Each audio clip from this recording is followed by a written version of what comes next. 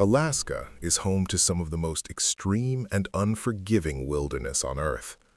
With over 665,000 square miles, it's larger than Texas, California, and Montana combined. Temperatures can drop to 80 below zero. The sun doesn't rise for months in winter. And beneath the frozen ground lies permafrost, soil that's been frozen for thousands of years, preserving everything trapped inside it. Mammoths, ancient viruses, and things that shouldn't exist. Things that have been sleeping in the ice since before human civilization. And as climate change thaws the permafrost, these things are waking up. In 2019, something emerged from melting permafrost near Denali. Something that had been frozen for an estimated 40,000 years. The locals called it the Isirak, the watcher in the ice. And it wasn't dead. It was hungry, and it remembered how to hunt. My name is Officer Jake Morrison. I've worked for Alaska Wildlife Management for 12 years. I've tracked bears, wolves, and moose. I've dealt with poachers and rescued lost hikers. But nothing in my training prepared me for what climbed out of the permafrost in August 2019. Nothing prepared me for the Isirak, and nothing will ever erase the memory of what it did to those researchers. August 14th, 2019. I received a call from a geological research team working in the Denali region. They'd been studying permafrost melt patterns and had discovered something unusual, an exposed section of ice containing what appeared to be organic material, possibly a preserved animal. They wanted a wildlife officer present when they extracted it. I arrived at their camp around 3 p.m. The site was remote, about 40 miles from the nearest road, accessible only by bushplane. The research team consisted of 5 people: Dr. Amanda Pierce, lead geologist, Dr. Robert Kim, climate scientist, and 3 graduate students, Maya Santos, Connor Hughes, and Elliot Zhang. Dr. Pierce led me to the excavation site. A section of permafrost cliff face had collapsed, exposing a vertical cut of ancient ice. And embedded in that ice, about 8 feet up, was something dark, something large. We're estimating this permafrost layer is 40,000 years old, predating modern humans in Alaska. Whatever this is, it's been frozen since the Pleistocene epoch. Through the translucent ice, I could see a shape. Roughly humanoid but wrong proportions. Too tall, too thin, arms too long. The ice distorted details, but I could make out what might be fur or hair covering the body. Could be a prehistoric bear, or maybe a giant ground sloth.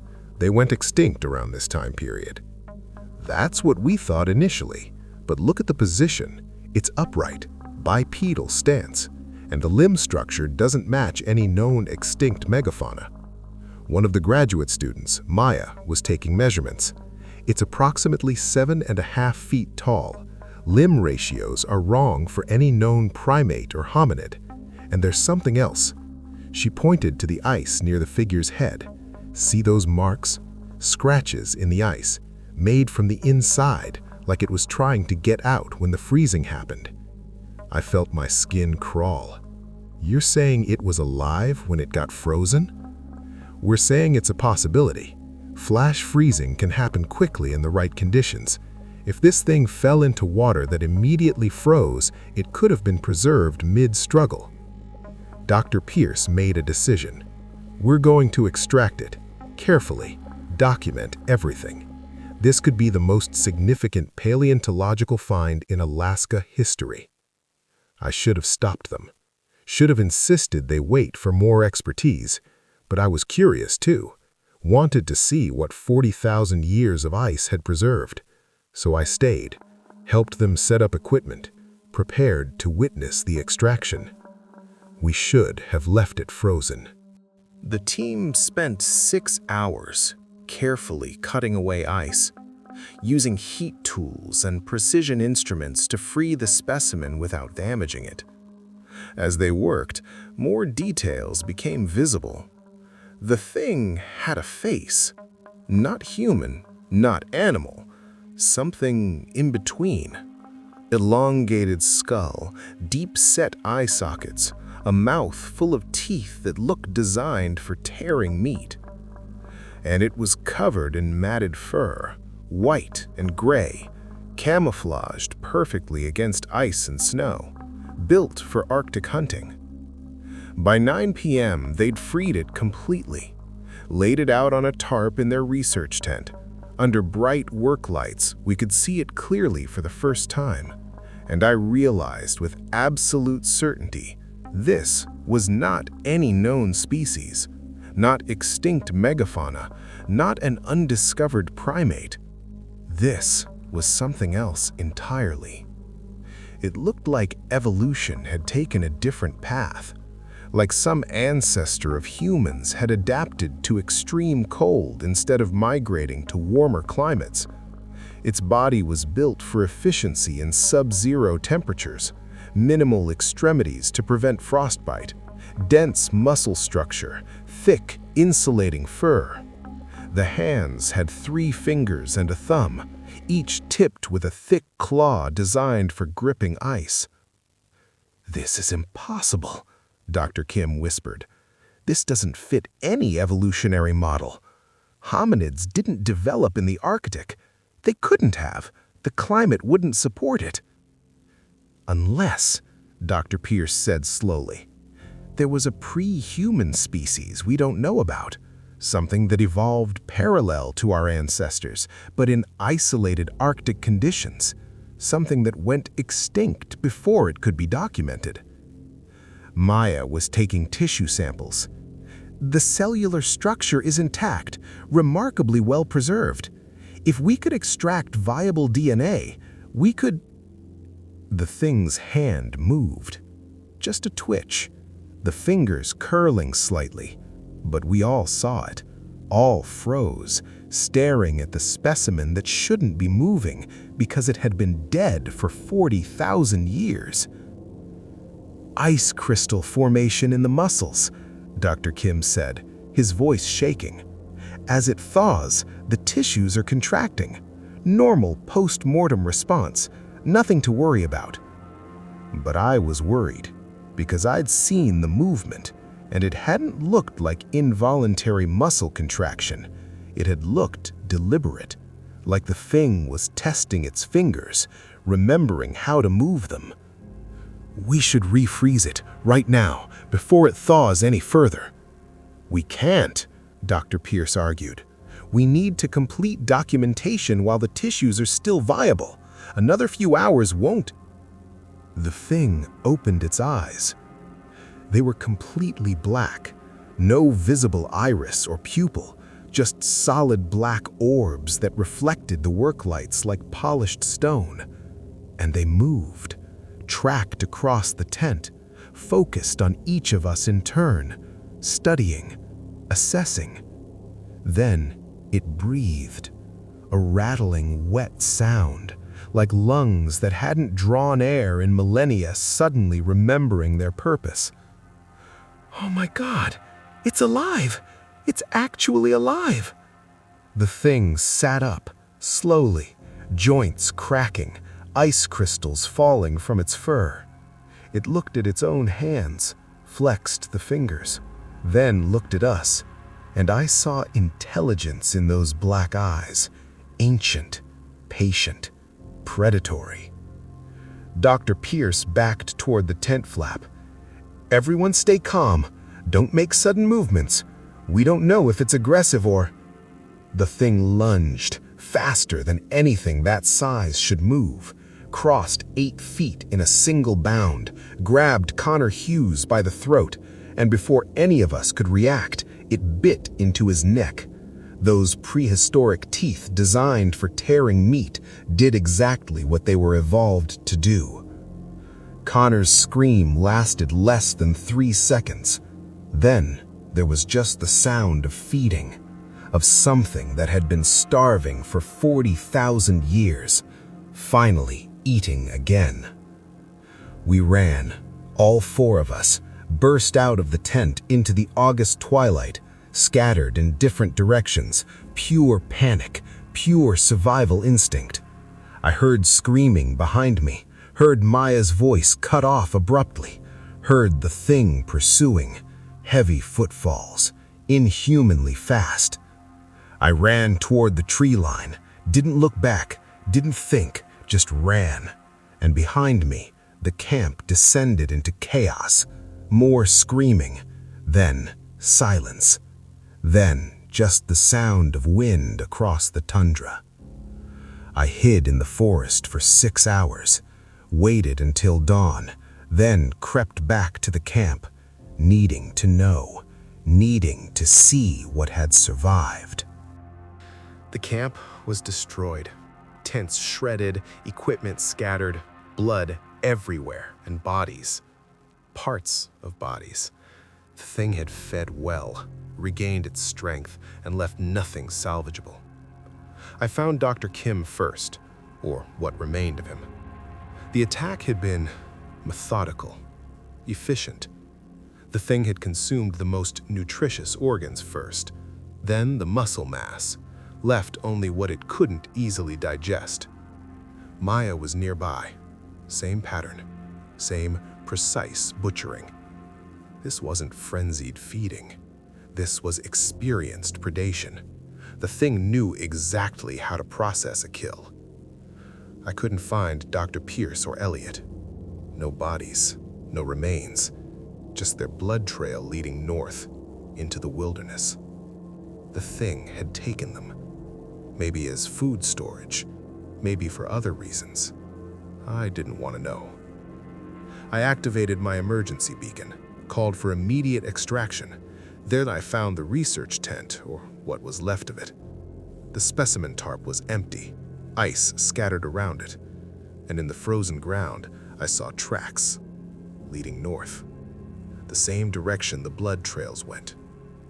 The Assyric was alive, was free, and was hunting in the Alaska wilderness.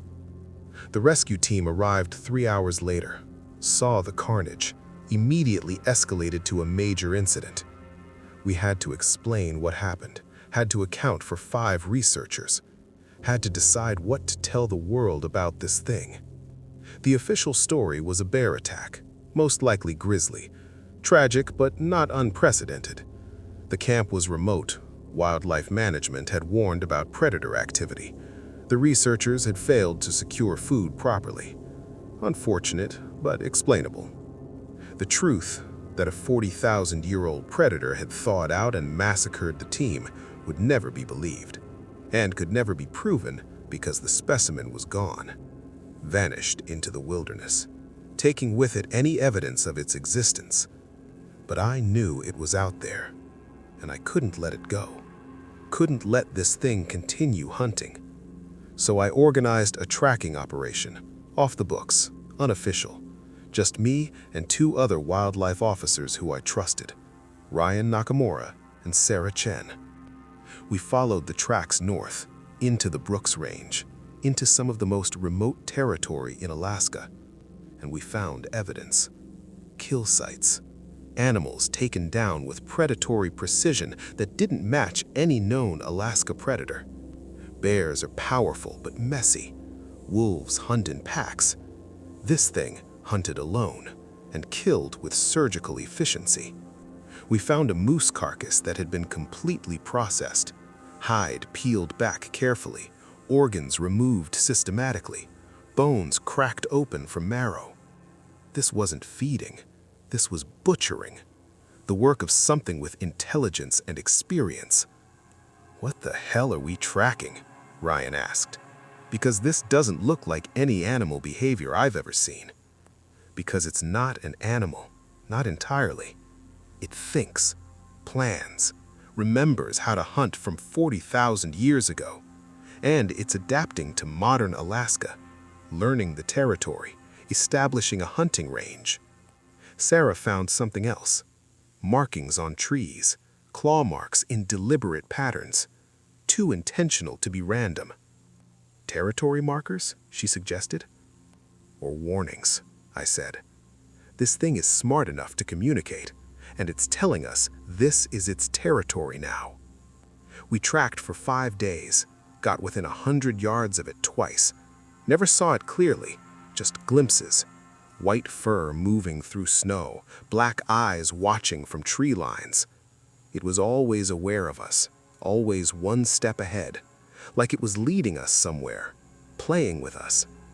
On the 6th day, we found the cave, natural formation in the mountains, and inside, we found Dr. Pierce and Elliot Zhang, alive, barely, but transformed.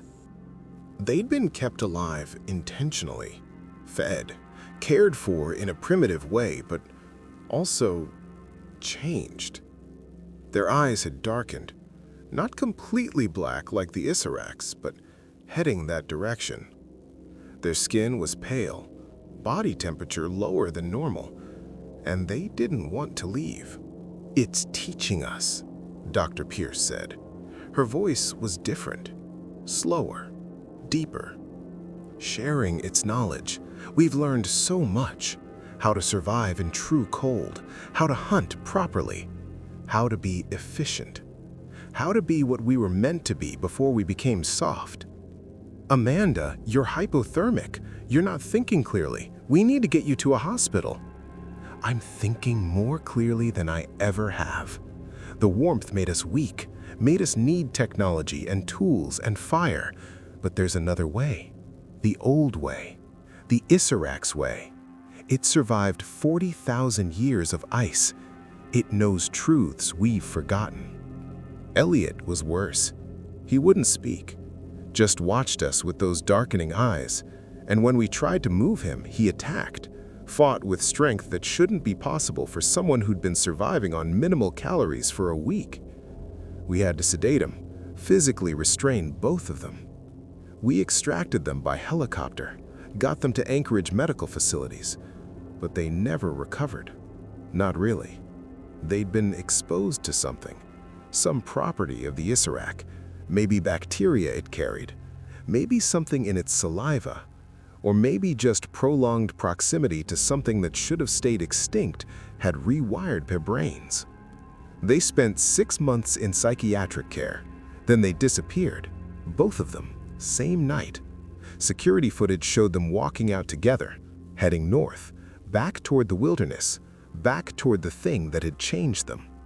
We never found them again, but hikers sometimes report seeing people in the remote Brooks Range, people who move wrong, who watch from distances, who don't respond to calls, people with dark eyes and pale skin, people who've adapted to the cold in ways humans shouldn't be able to. Dr. Pierce and Elliot are still out there, maybe with the Isarac, maybe learning from it, maybe becoming like it. Evolutionary throwbacks, reversions to what humans might have been if we'd adapted to the ice instead of fleeing from it. That was 5 years ago. The Isarac is still in the Brooks Range. We've confirmed 17 kills that match its pattern, animals mostly, but 3 hikers have vanished in that region, and 1 hunter was found dead, processed the same way the research team was. Systematic, efficient, experienced. We can't catch it, can't even get close.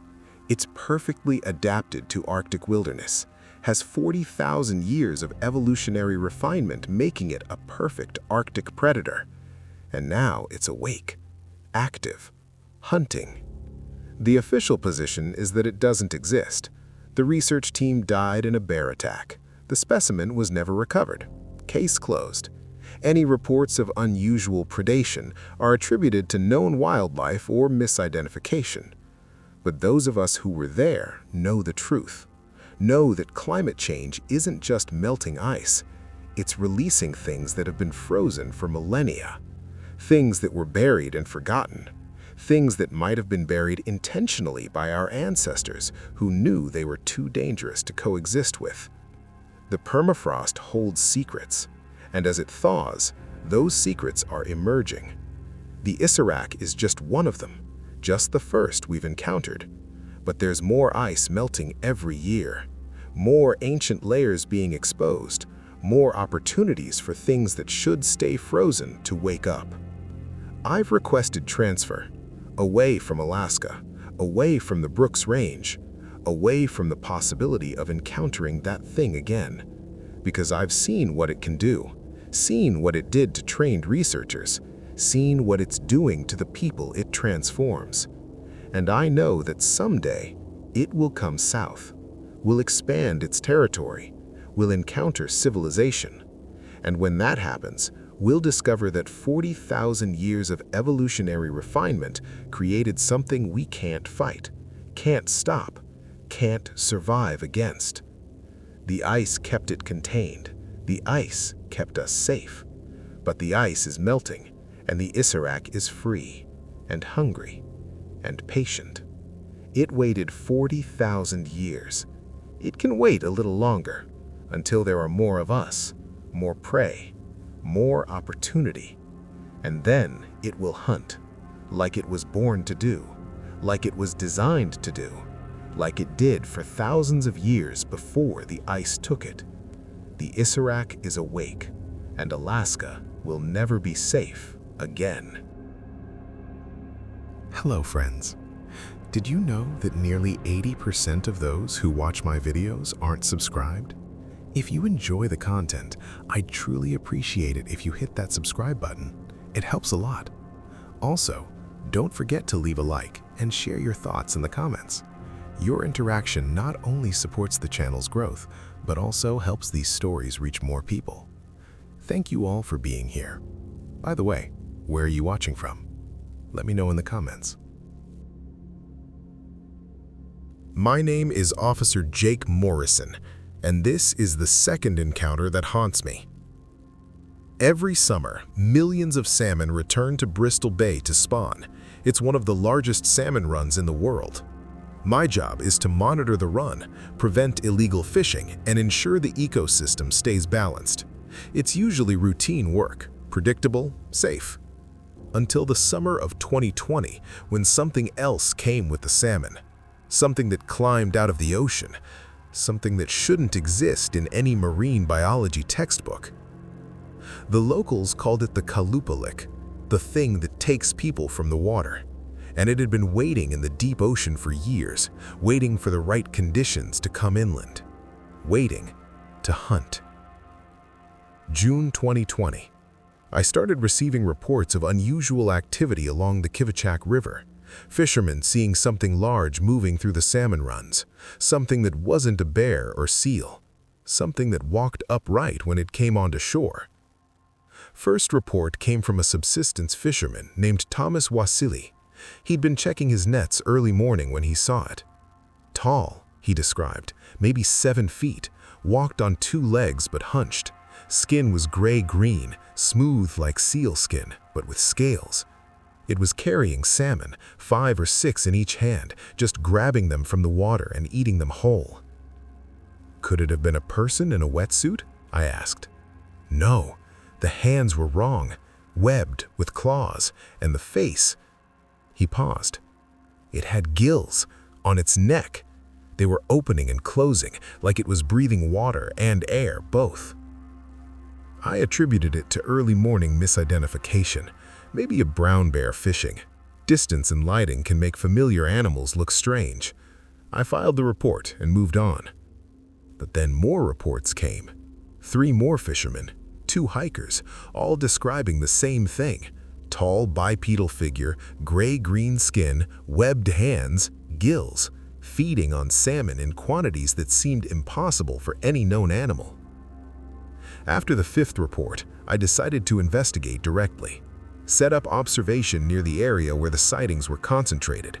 Waited, watched the river, looking for anything unusual. On my 3rd night of observation, at approximately 2:30 a.m., I saw it. And Thomas Wasili had been right. It wasn't a bear, wasn't a seal, wasn't anything I could explain. It emerged from the river like something from ancient mythology. Humanoid, but clearly not human. 7 feet tall, body covered in smooth gray-green skin that had the texture of shark skin, rough patches interspersed with smoother scales. The torso was powerful, built for swimming, massive shoulders, thick arms, hands that were oversized and webbed with retractable claws. But the face was the worst part.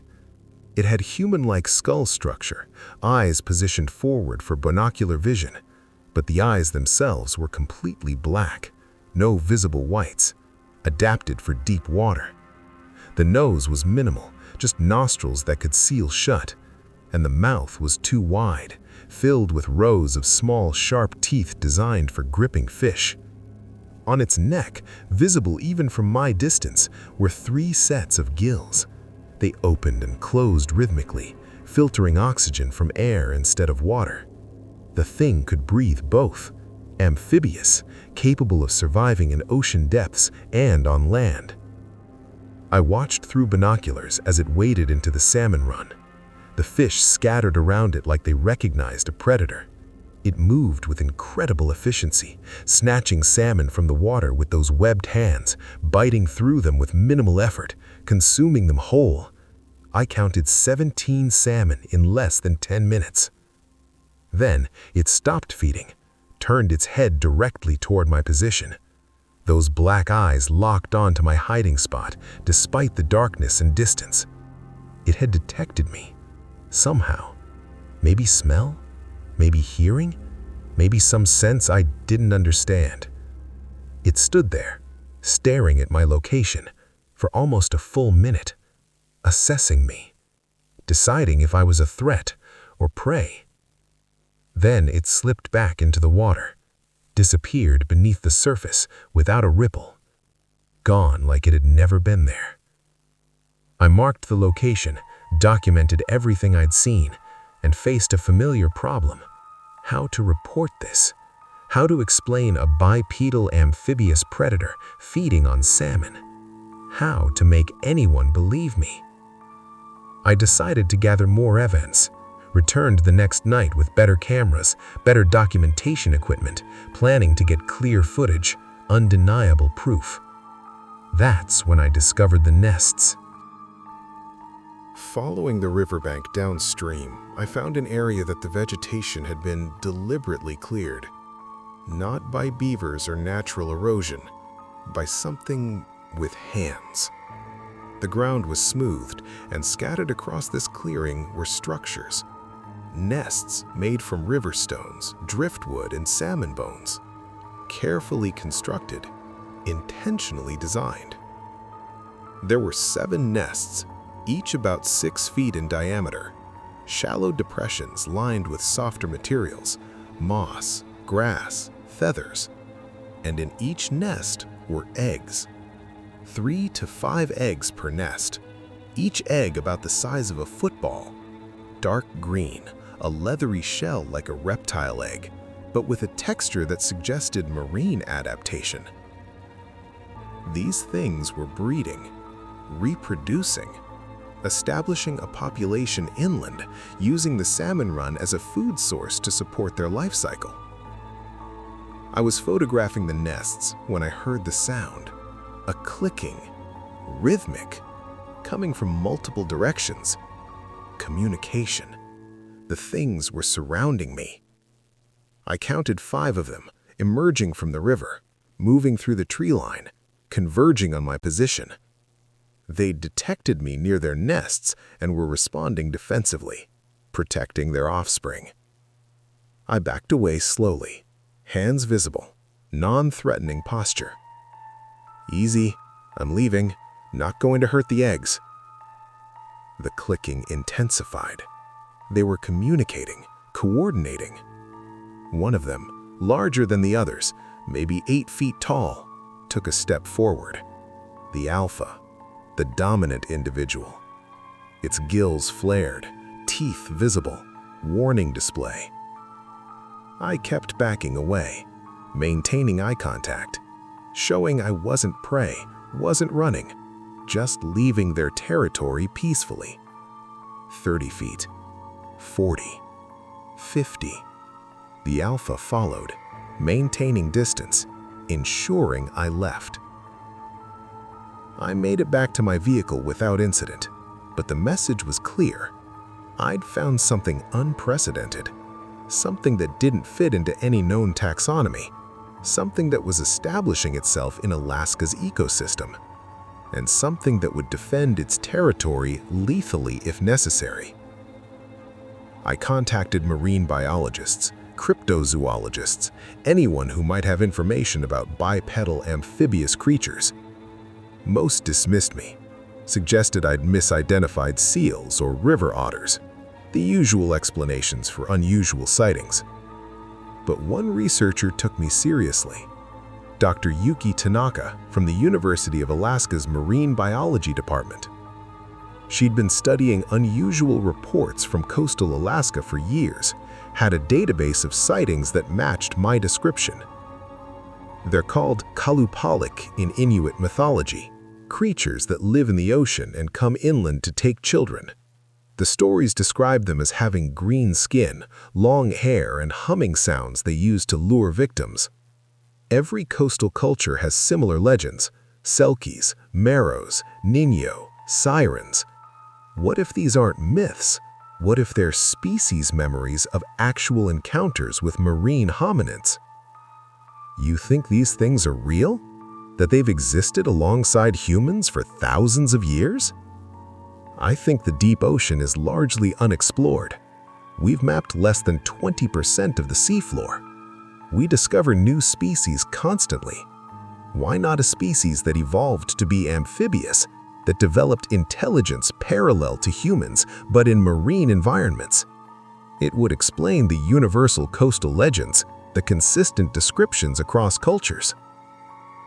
But why are they coming inland now? Why establish nests in Bristol Bay? Dr. Tanaka pulled up ocean temperature data. The Bering Sea has warmed significantly in the past decade. Kelp forests are dying. Fish populations are shifting. Their normal food sources are disrupted. So they're following the salmon runs inland, adapting to a changing environment, exactly like any species would. And the eggs? The breeding? That's more concerning. If they're reproducing here, if they've found Bristol Bay suitable for establishing a population, we could be witnessing the beginning of a territorial expansion. They might be moving from purely marine to amphibious, colonizing rivers and lakes, competing with humans for resources. The implications were staggering. An intelligent predatory species expanding into freshwater environments, establishing breeding colonies, competing with human fishing operations, and completely unknown to science, undocumented, unprotected, and potentially dangerous. We needed more data, more evidence, more understanding of their behavior and life cycle. Dr. Tanaka assembled a small research team. We planned a proper survey of the nesting site, documentation, tissue samples, understanding. We should have left them alone. We returned to the nesting site with 4 researchers and full documentation equipment. Arrived at dawn to maximize daylight observation time. The nests were exactly as I had left them, 7 clutches of eggs, no adults visible. Dr. Tanaka was ecstatic. This is unprecedented. Marine hominids breeding in freshwater. Behavioral adaptation in real time. We need tissue samples, 1 egg from each clutch for laboratory analysis. They defended these nests aggressively before, I warned. If we take eggs, they'll respond. We'll be careful, quick extraction, minimal disturbance. This is too important not to study. Against my better judgment, I helped. We moved through the nests systematically. Dr. Tanaka collected 1 egg from each clutch, placed them carefully in insulated containers. Her team documented everything, photographed, measured, recorded data. We were packing up when the clicking started, the same rhythmic sound I'd heard before, communication.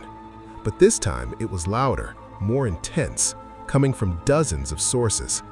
They emerged from the river, not 5 this time, 20, maybe 30, all converging on the nesting site, all focused on us, all seeing what we'd done, seeing we'd taken their eggs.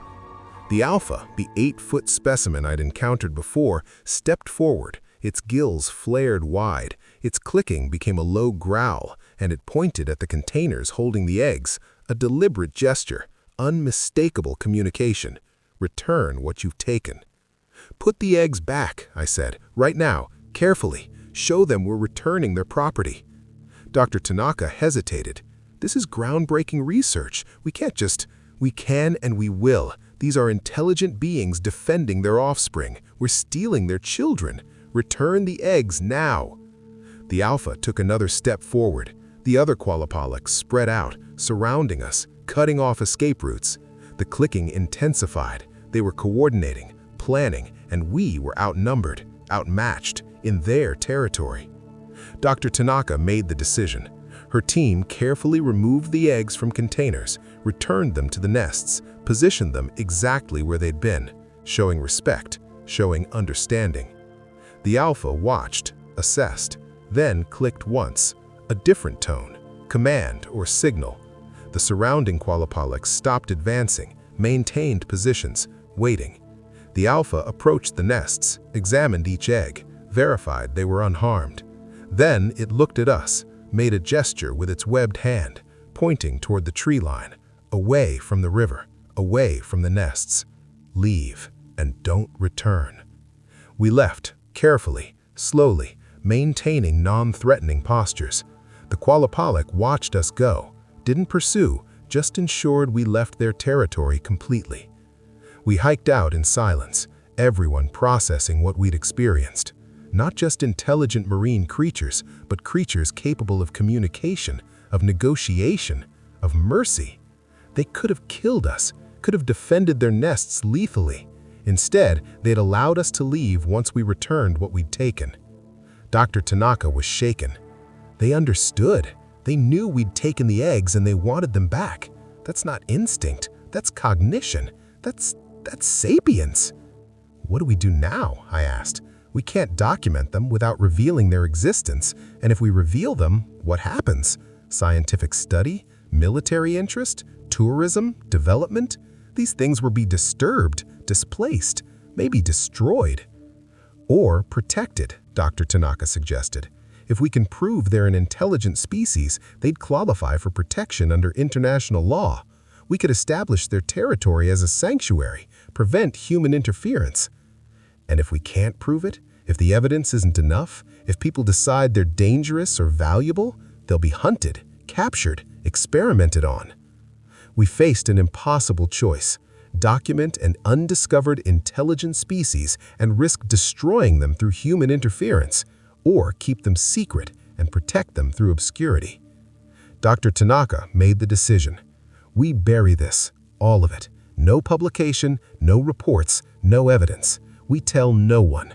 These creatures have survived for thousands of years by avoiding human contact, by being relegated to mythology. That's their protection. That's their survival strategy, and we're going to respect it. We destroyed the tissue samples, deleted the photographs, erased all documentation, and we agreed never to return to the nesting site, never to speak publicly about what we'd found, never to risk exposing the qualipolex to human interference. That was 4 years ago. The qualipolex are still in Bristol Bay, still using the salmon run, still nesting. I see evidence of them every summer. Unusual fishing patterns, salmon disappearing in quantities that don't match bear or seal activity. Occasional sightings by fishermen that I carefully dismiss as misidentification. The nesting sites have expanded. I found 3 more locations. The population is growing, establishing itself. And they've learned to avoid humans more carefully. Sightings have dropped. They've adapted their behavior, become more nocturnal, more secretive. Dr. Tanaka and I maintain irregular contact, share information quietly, monitor the population, and we've made a pact. If they're ever threatened, if development or fishing operations or climate change puts them at risk, we'll reveal everything. We'll fight for their protection, even if it means exposing them to the world. But for now, they're safe. Hidden in plain sight, dismissed as mythology, living in the spaces between human understanding and scientific documentation. The Kualapalik exist. They're intelligent, they're breeding, they're adapting, and they're probably not alone. The ocean holds secrets. Species we haven't discovered, hominids that took evolutionary paths different from ours, intelligence that developed in depths we rarely explore. And maybe that's how it should be. Maybe some things should remain undocumented, unproven, protected by their own obscurity. Maybe the greatest conservation tool is making people think your mythology. The salmon runs continue every summer, millions of fish, and among them, hidden in the chaos of the spawn, the Kualapalik feed, breed, survive, and watch us from the water, wondering if we're a threat, wondering if they'll have to defend their territory, wondering if humanity will ever look closely enough to see them clearly. I hope we never do.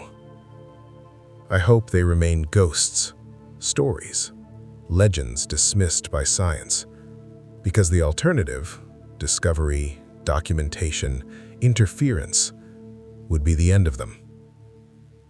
Some species survive by being seen. The Kualapalik survive by being invisible. And I'll help keep them that way, for as long as I can, for as long as they need. The ocean holds its secrets, and some secrets should stay buried, should stay mythical, should stay safe in the realm of stories and legends, and things that might exist but can't be proven. The Kualapalik exist, and they're going to stay that way.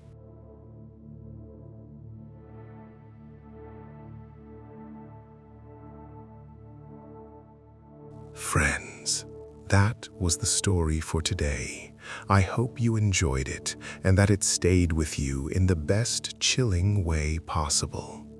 If you made it all the way to the end, thank you. Your time and support truly mean more than you know. This channel is growing because of listeners like you. If you want more real and disturbing encounters like this, please consider subscribing. It really helps the channel continue bringing these stories to life. And if this story gave you chills, let me know in the comments. I read them all, and your thoughts make this community stronger. Until next time, turn off the lights, double-check the room, and I'll see you in the next story.